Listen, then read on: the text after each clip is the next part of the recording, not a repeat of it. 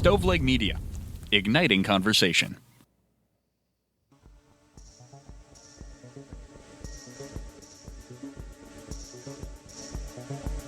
Welcome to True Crime to Go. What can I get for you? Merry Christmas. I love you. But I need some crime. So maybe stealing packages for Christmas? Pull up to the second window and we'll see you next crime. Welcome to True Crime to Go. I am John here with Jamie. Jamie, if it wasn't clear enough, I started that whole thing not knowing where I was going. I ended up telling the lady that I loved her and then kind of forgot what I was doing halfway through. I don't know why I'm more disappointed that you didn't take advantage of a prime Grinch opportunity. Like you could have gone full Grinch in here. Okay. Well, what would you have done? I don't know. Give me your best one. Come on. Welcome to True Crime to Go. How may I help you? See, shut it. You're a mean one, John. That's what they tell me. Your heart's 3 sizes too small. I think it's going to explode. Anyway, guys, we appreciate you sticking around for whatever reason that you stick around to hear us banter about cases. We have a good one, and I'm interested to hear your take on this, whether this person that we're going to talk about is in the wrong or if he had the right to do what he did. On December 11th of this year, so just a few weeks ago when this comes out, maybe less than a week, this is in a southwest Atlanta townhome community called the Village of Cascade, where residents were going about an ordinary afternoon when gunfire erupted. And John, I'm going to Atlanta soon. Don't appreciate you bringing this one out. But I've always been fearful of crowds, even before mass shootings were really a thing, but it certainly weighs on me even more then. And we find out that the homeowner of that townhome, 34-year-old Rakim Bradford, opened fire on 2 teenagers that he thought were stealing packages from his front porch. Yeah, according to court documents obtained by Fox 5 Atlanta, Bradford thought that 3 males were taking the delivery off the porch when he went out to retrieve it. So he later told a friend that his gun went off when he brandished it, but the gun went off accidentally. I'm not buying it. I think the trigger was squeezed, but allegedly he said that the gun went off and he believed that he had hit one of them. So after the fact, he calls a friend and allegedly told this story. Yeah. And this is, we mentioned they were young. One was a 15-year-old boy and he was shot in the foot. And there was a second teen that was shot in the arm. So I don't really know what type of weapon this was, but if it's going to go off, it usually doesn't do so multiple times unless we're talking about some kind of automatic weapon, which I can't really imagine him having there. The arm wound was serious enough to require surgery, though police say that both are expected to survive and recover. Obviously, this is going to be traumatic for the rest of their lives, and just an awful situation all around. After he shot them, Bradford fled the scene. But later, he turned himself into Atlanta police and brought his gun with him as if he's trying to keep everything on the up and up. Yeah, police recovered a shell casing at the front door area, but they determined that this was not a home invasion. This was simply the teens there allegedly taking packages from a porch. Instead of being seen as an act of self-defense, this shooting has led to criminal charges for Bradford.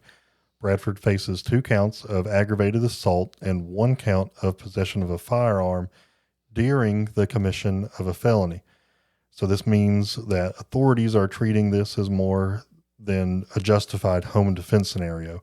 Aggravated assault charges carry serious penalties, especially with juveniles involved, and the possession of a firearm during a felony can add additional jail time on top of that. So police are not viewing this as any kind of self-defense, even though Bradford's house was, his house wasn't being broken into, but they were stealing from him. So, right. And please confirm that. They said that this was a situation where property crime was occurring, but he has stressed that this is more than that. He said, and this is Chief Darren Shearbaum, he said, "We want to make sure we know what's happening, that individuals are held accountable, and that the proper resources are available for the family."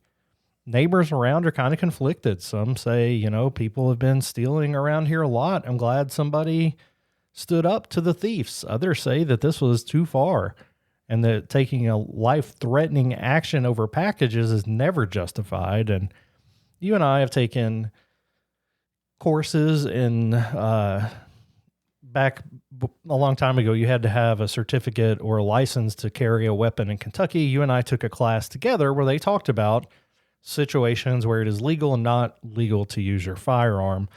This was a long time ago. The laws have changed in Kentucky, but in my recollection, and this didn't happen in Kentucky, you had to feel threatened personally or for the harm of somebody else before opening fire. Is that fairly the standard? Yeah. I think, in this situation, well, I mean, first off, if any of these boys that were allegedly taking packages off the porch, if any of them had shown him a firearm or had one in their hands, this is a totally different story. There was nothing threatening happening here, as far as we know. So if that is the case, then yes, he escalated this too far. I don't even know if it's okay in that situation. You may have a firearm because you don't know if who you're confronting has one. Right. But you certainly don't raise it unless you see one for yourself. Now, it's a hard place to be, and I'm not condoning what he did, but if you're going to confront someone, you never know how that's going to turn out. Right. So I'm not going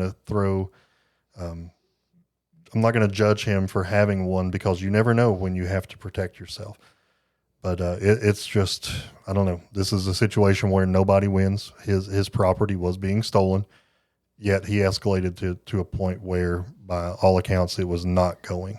And of course, we don't have all the facts. We'll keep those coming as they come out. But based on what we know, I think they're handling it correctly. This, as far as we know, is not a justified shooting in any way, not a justified defense of his home, and he's being held accountable for such. Just super grateful.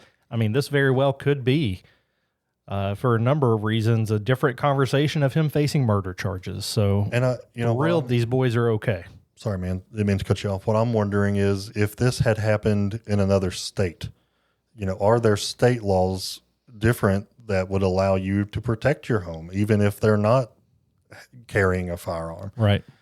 I don't know. I feel like if this was in Texas, they would say, well, that sucks, but there's one less package thief, Yeah. I mean, I'm not saying that to joke. I'm genuinely being serious. I mean, I'm thinking of even where I'm from, even where you're from, this would be looked at completely differently. I think it would be looked at, maybe not by law enforcement, but by the community of, well, they shouldn't have been stealing. I genuinely don't know if law enforcement where I'm from would file charges. Right. I don't know. So we mentioned on an earlier episode of True Crime Cast that we're going to get an attorney on the phone to talk about client privilege, client confidentiality, with an attorney. We'll have to ask about this too. Are there different state laws where this would be justified in a state that's not Atlanta, Georgia? Yeah. No, we'll hopefully find out more about this one. Again, just happened last week. So more information coming out and we'll pass it along as we get it. This has been another Christmas crime story in 10 minutes or less. Would you like crime with that?